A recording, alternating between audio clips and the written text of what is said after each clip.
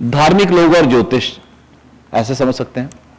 तो जो लोग बड़े धार्मिक होते हैं, बाबा जी होते हैं, माताएं होती हैं, या स्पिरिचुअलिज्म में हाई लेवल पे चले जाते हैं, उनके लिए ज्योतिष काम करता है कि नहीं करता। हम एक बेस को समझें पहले। मेरे चक्र वाले वीडियोस में मैंने बताया हुआ, वैसे 5 एलिमेंटल थ्योरी की बात आती है। हमारे शरीर में 100 से ज्यादा चक्रास हैं। मुख्य रूप से 8 चक्रास हैं। नॉर्मली आप गूगल पे सुनोगे तो 7 चक्रास हैं, बट 8 चक्रास हैं। तो जो चक्रास है उसमें गले वाले तल तक हमारे 5 चक्रास आ जाते हैं। तो वो हमारा मूलाधार से शुरू होकर के हमारे यहां तक आते हैं। उनके 5 एलिमेंट हैं, धरती, जल, अग्नि, वायु, आकाश। ये आकाश तत्व गले पे आके खत्म हो जाता है। हमारा विशुद्धि चक्र यहां है, बोलने वाला। आकाश गर्जना से निकला है, तो यहां पे आके खत्म हो जाता है।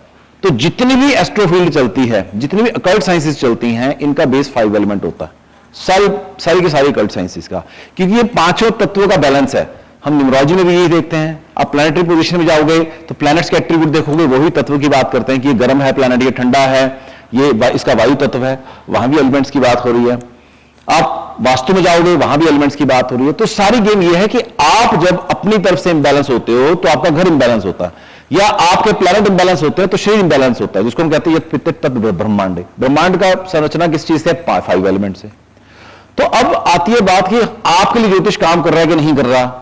मैंने जैसे एग्जांपल दिया था, एक अंडा था, उसमें से चूजा निकला, जो उन्होंने एक्सपेरिमेंट किया था। चूजे ने बिल्ली देखी तो उसका एक्सपोजर बिल्ली का था, तो उसको बिल्ली मां लगनी शुरू हो गई। तो जब तक आप ज्योतिष को नहीं जानते हो, जब तक इस वीडियो को नहीं देखा होगा, तब तक आपके लिए ज्योतिष काम नहीं कर रहा। पर अब आपने सुन लिया ज्योतिष, तो आज का ज्योतिष वाला आपका कीड़ा जाग गया, वो काम करेगा आपके लिए, वो एक्सपोजर हो गया उसको। जो ये 5 एलिमेंट हैं, जो व्यक्ति संसारी है, जितना मर्जी भगवान का नाम लेगा, जब तक वो संसारी है उसके लिए योग काम करेगा, ये वाला ही काम करेगा। जो व्यक्ति संसार से धीरे धीरे विरक्त होना शुरू होता है, वो टूटना शुरू होता है, उसको योगी कहते हैं। तो जितने बाबे मैं जानता हूं जिनके पास अच्छी गाड़ियां हैं, अच्छे घर हैं, अच्छे आश्रम हैं, 101% उनके लिए ज्योतिष काम करता, क्योंकि मैं उनका काम करता हूं। क्योंकि उनकी मनोवृत्ति धरती, जल, अग्नि, वायु, आकाश के बीच में है। जो स्पिरिचुअली एनलाइटेंड हो जाता है, वो इन 5 कैटेगरी से, इन 5 चक्र से बाहर चला जाता है। द मोमेंट वो बाहर चला जाता है तो वो ओम और अम की स्थिति में चला जाता है, उसके लिए ज्योतिष काम नहीं करता। तो स्पिरिचुअल दिखना और स्पिरिचुअल होना में अंतर है। अगर कोई व्यक्ति पब्लिकली आपके बीच में बैठा है तो वो कथावाचक जरूर हो सकता है, वो कथाकार हो सकता है, वो धर्म प्रचारक हो सकता है, पर वो योगी नहीं हो सकता वैसा वाला जो आप योगी सोच रहे हो।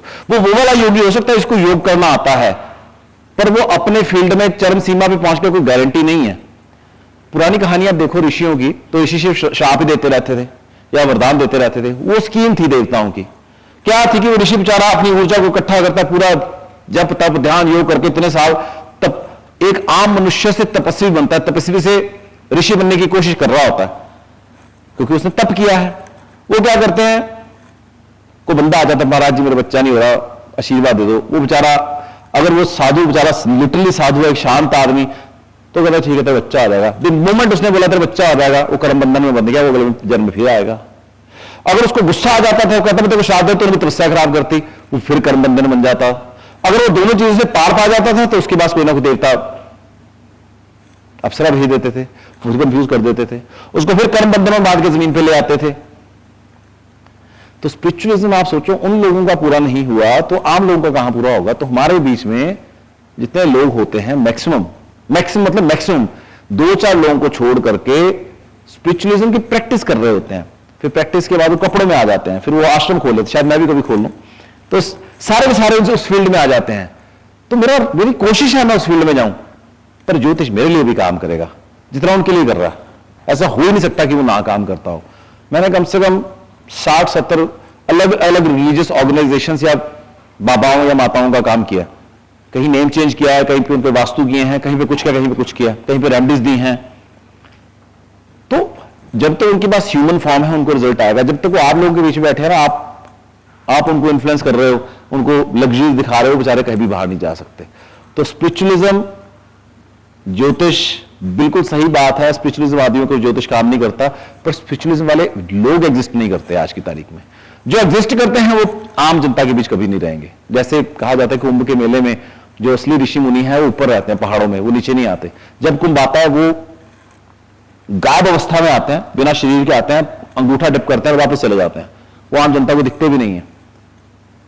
जब हम कहते हैं कि कोई व्यक्ति मर गया, अब हमारे हिंदुइज्म में कितने देवी देवता, कितने ऋषि हैं, जैसे अश्वत्थामा है, ऋषि नहीं है पर अश्वत्थामा, उसको श्राप मिल गया तुम नहीं मर सकता। कितने ही ऐसे एग्जाम्पल्स आ जाते हैं, भगवान परशुराम है, भगवान हनुमान है, ये नहीं मरे, अमर हो गए। इनके पास फिजिकल बॉडी नहीं है, लेकिन ये सोल में तो घूम रहे हैं कहीं ना कहीं। उनके लिए ज्योतिष काम नहीं कर रहा होगा, पर जहां पर फिजिकल बॉडी आ गई वहां पर डिफॉल्ट एस्ट्रोलॉजी आ गई।